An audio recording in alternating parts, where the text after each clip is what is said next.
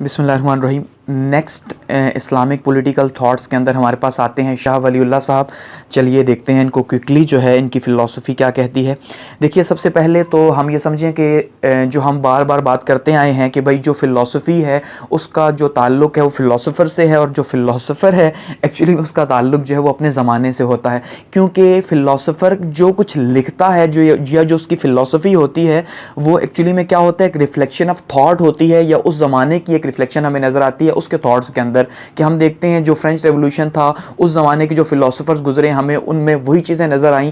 इसी तरह से अब हम अगर इंडियन हिस्ट्री की बात करें सब कॉन्टिनेंट के अंदर, तो यहाँ पर भी जो फ़िलासफ़र थे जैसे शाह वलीउल्लाह की बात कर रहे हैं, या इससे पहले मुजद्दिद अल-अफ़सानी थे जो कि इस्लामिक रिफॉर्मर थे, तो इन लोगों के जो ख़यालात हमें नज़र आते हैं उसके पीछे हमें उस ज़माने की एक छवि, एक इमेज नज़र आती है कि भाई उस ज़माने में हो क्या रहा था एक्चुअली में, क्यों इन लोगों ने जो है वो स्टेप फॉरवर्ड हुए और उन्होंने जो है ना वहाँ पे रिफॉर्म्स का एजेंडा उठाया और आगे मूवमेंट को बिल्ड किया। तो इसलिए वो जानना बहुत ज़्यादा ज़रूरी होता है। तो शाह वलीउल्लाह साहब की जो फ़िलासफ़ी थी एक्चुअली में वो भी उस ज़माने के हिसाब से थी। उसमें सबसे इंपॉर्टेंट चीज़ क्या थी कि शाह वलीउल्लाह जिस ज़माने में थे वो ज़माना था मुग़ल एम्पायर के डिक्लाइन का ज़माना, और मुग़ल एम्पायर जो है वो अपने ज़वाल पजीरी की तरफ थी और नीचे जा रही थी मुग़ल एम्पायर। और यानी कि जब औरंगज़ेब की वफ़ात हुई तो औरंगज़ेब की वफ़ात के बाद जो मुग़ल एम्पायर थी हम ये जानते हैं कि वो ज़वाल पजीर हुई, और शदीद किस्म का एक प्रेशर आया इस्लामिक जो वहाँ पे रिफॉर्मर्स थे उनके ऊपर, क्योंकि अब उनकी रिस्पॉन्सिबिलिटी थी कि वो आगे लेके चल सके मुसलमानों के मिशन को या विजन को, या ख़ास करके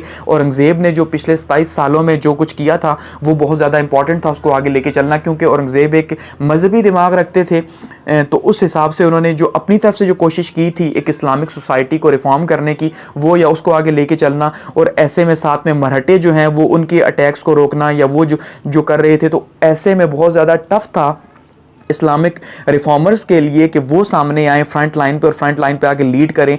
तो जो शाह वलीउल्लाह हैं इन्होंने अहमद शाह अब्दाली को, जैसे हमने कहा, ख़त भी लिखे शाह वलीउल्लाह ने, और उन्हें बुलाया कि भाई मराठों के ख़िलाफ़ मदद मांगी है अहमद शाह अब्दाली की कि भाई आप आएँ और आके जो है वो यहाँ पे मराठों के साथ जंग करें और मुसलमानों को जो है यहाँ पे दोबारा से तक़वियत दें।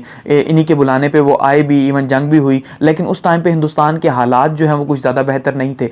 तो शाह वलीउल्लाह जो हैं वो एक मजहबी घराने में पैदा हुए, नक्शबंदी सूफ़ी ऑर्डर से जो है इनका ताल्लुक़ था, लेकिन इसके बावजूद इन्होंने जो है वो मोहब्बत या भाईचारे को फ़रोग़ दिया। यानी शिया सुन्नी का जो तज़ाद था उस टाइम पे ख़ास करके, और जो ख़ास करके औरंगज़ेब के टाइम में बहुत ज़्यादा हो गया था, क्योंकि औरंगज़ेब की फ़िलासफ़ी एंटी शिया थी, अपने मुसलमानों के ख़िलाफ़। ख़ास करके उन्होंने जो दक्कन के अंदर जो कैंपेन्स चलाई थी तो उसमें भी काफ़ी ज़्यादा नुकसान हुआ। तो उन्होंने फिर से जोड़ा मुसलमानों को, यानी कि शिया सुन्नी को जोड़ा और उन्हें आगे लेके चले कि भाई आपने ख़ुद को स्ट्रॉन्ग करना है, आप किसी भी बिलीफ से ताल्लुक़ रखते हो, शिया हो, सुन्नी हो, वहाबी हो, इट डज़ंट मैटर। एक्चुअल जो चीज़ है वो ये है कि आपके जो प्रिंसिपल्स हैं वो इस्लाम के ऊपर होने चाहिए, और इस टाइम पे हमें मुत्तहिद होने की ज़रूरत है। तो इनकी फ़िलासफ़ी स्टेट को मुत्तहिद करने की थी। इनका ख़्याल ये था कि एक अच्छी सोसाइटी के लिए हुकूमत की ज़रूरत है, और हुकूमत के लिए जो है वो पॉलिटिक्स की ज़रूरत है। इसका मतलब जो पॉलिटिक्स है वो जुदा नहीं हो सकती दीन से। यानी कि नॉर्मली हम ये मानते हैं कि पॉलिटिक्स का दीन से कोई ताल्लुक़ नहीं है, लेकिन शाह वलीउल्लाह ने ऐसा नहीं कहा,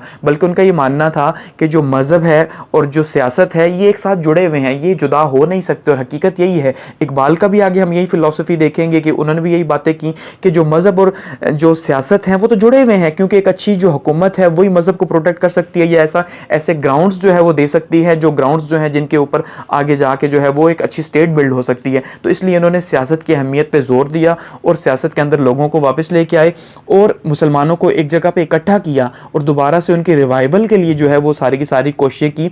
और इन्होंने कहा कि कोई शख्स जो है वो अकेला कुछ भी नहीं है, क्योंकि पॉलिटिक्स हमें जोड़ रही है ना एक्चुअली में। तो कहा अकेला शख्स तो कुछ भी नहीं है, क्योंकि सेल्फ सफिशिएंट तो कोई भी नहीं है कि खुद कफील हो सके, हर कोई दूसरे के ऊपर डिपेंडेंट है। यानी वो जो अरिस्टोटल ने कहा तो सोशल एनिमल, तो सोशल एनिमल तो नहीं है, लेकिन हकीकत यह है कि दूसरे की ज़रूरत तो से है कि दूसरे की ज़रूरत के बगैर वो नहीं रह सकता। यही शाह वलीउल्लाह का भी मानना था। इसलिए उन्होंने स्टेट को या वहाँ पे जो फिर एक पूरी की पूरी फ़ौज बनाई। फ़ौज से मुरादी है कि जो उन्होंने अपने फॉलोवर्स बनाए, इसका मतलब ये नहीं है कि असला बरदार फ़ौज, तो फॉलोवर्स जो हैं उन्होंने फिर मुसलमानों को जगह जगह जाके वहाँ पर तरवीज की, उनके थाट्स की तरवीज की, उनको जो है ना आगे बताया।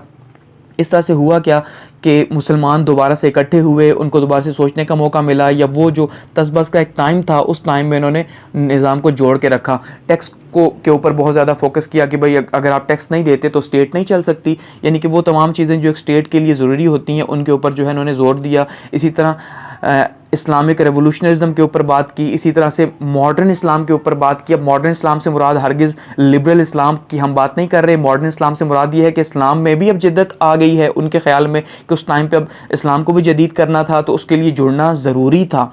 तो ये सारे के सारे जो काम थे उस टाइम पे सोसाइटी को एक जगह इकट्ठा करने के लिए, जोड़ने के लिए, उनमें बहुत ज़्यादा इंपॉर्टेंट जो है वो रोल प्ले किया शाह वलीउल्लाह ने उस ज़माने में हिंदुस्तान के अंदर। तो ये शाह वलीउल्लाह साहब के कुछ पॉलिटिकल थॉट्स का रिव्यू था।